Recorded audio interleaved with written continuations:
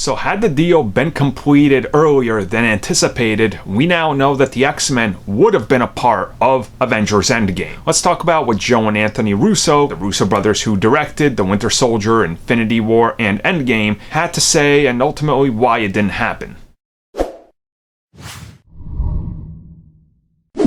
So if you guys would like to support CBC, check out the little join button down below and check out some of the exclusive content we got, such as podcasts and discussions. So when the news broke out that Fox was under consideration for acquisition and that Disney was going after them, you all saw the rumors out there. It was like, all right, automatically people were jumping on the conclusion. Is Dark Phoenix going to somehow involve those reshoots that they had, which were extensive, that they were going to somehow tie Dark Phoenix into the MCU, since it was a film set in the 90s, Captain Marvel was shooting, that was set in the 90s, so there was a lot of, rumors out there and articles floating that as something that could happen. Naturally, that didn't end up happening, but the Russo brothers did talk about the fact that had the deal been completed way earlier, they would have liked to introduce the X-Men. Now, they don't specifically mention who, but obviously if you follow them, you know their favorite comic book character is Wolverine, so I would assume that's one of them. They said that had it been complete, they would have shown up in that final battle in Endgame. Now, to me, this would have been something interesting, and it would be one of those things like Black Panther or Spider-Man in Civil War, where suddenly, can you imagine when those portals open up?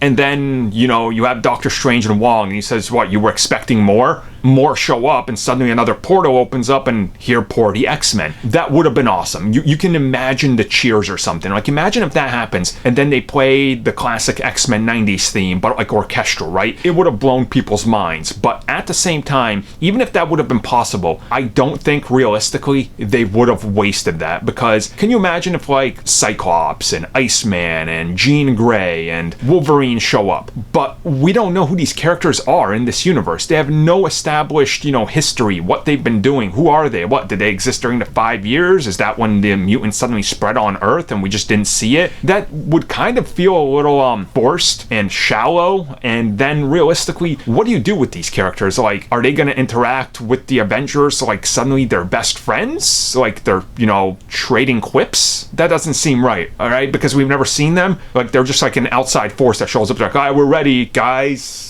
Okay, like how are you, right? Nobody would know. So I'm glad this actually didn't end up happening, but it's one of those ultimate what if scenarios, and it's a cool one as a fan to think about. But I think they pretty much made the perfect battle as perfect as they could have with Endgame, considering how monumental and gigantic that thing is at the end.